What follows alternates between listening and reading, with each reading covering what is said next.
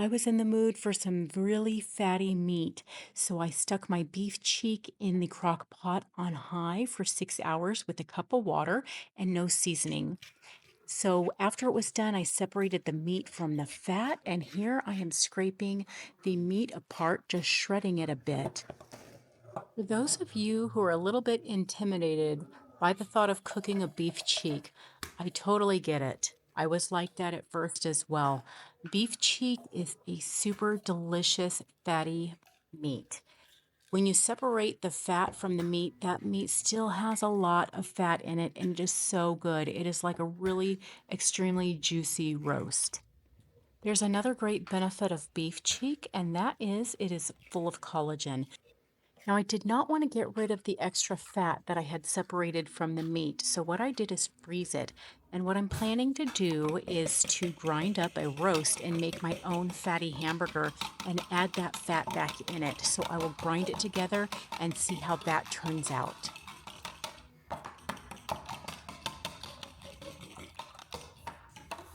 When I'm craving something and I just don't know what I'm craving, an omelet usually hits the spot. When I'm making my omelets, I like to cook them over medium heat. I melt a little bit of butter in the pan, and it is delicious if you let that butter brown first before you add your eggs.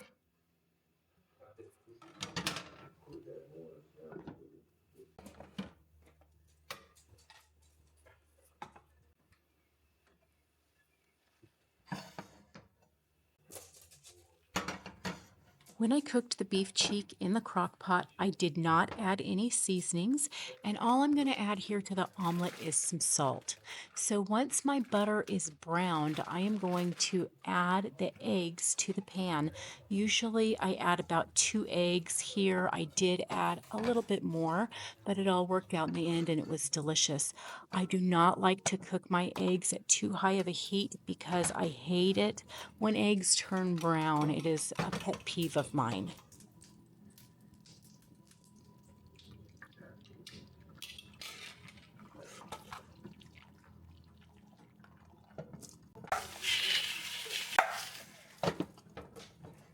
Once you add your eggs to the pan, you're going to cover it with a lid so that the tops of the eggs get a little bit done as well. If you think that the heat is too high at this point, you can turn it down a bit so that it does not cook too quickly and make those eggs hard.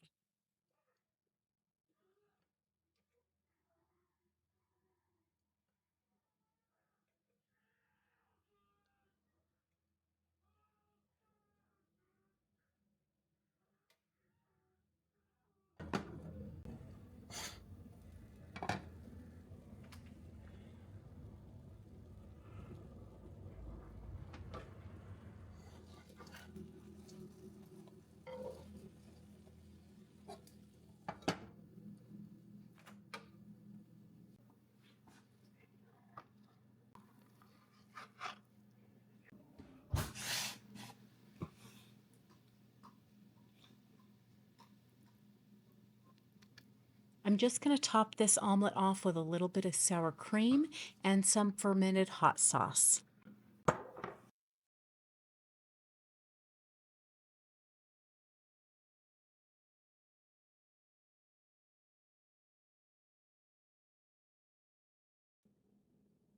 Now it's time for my husband's taste test.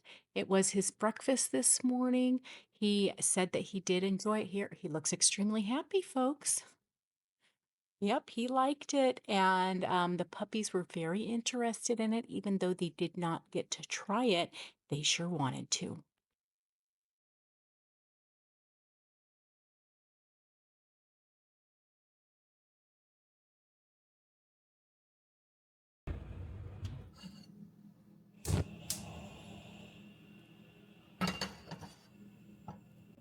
After I made my husband's omelet, an omelet just did not seem to be what I wanted.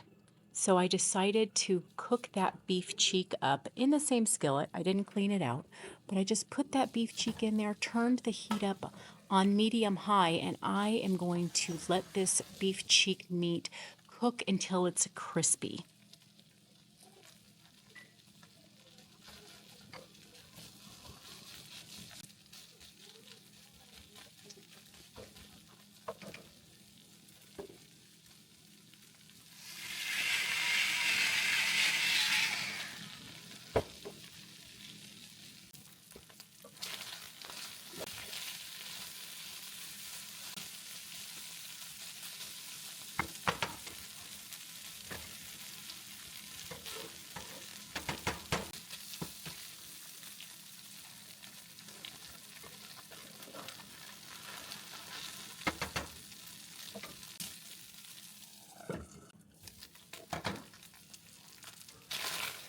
My mouth was watering so much. Just hearing that fat sizzle in the pan with that beef cheek was making me hungry.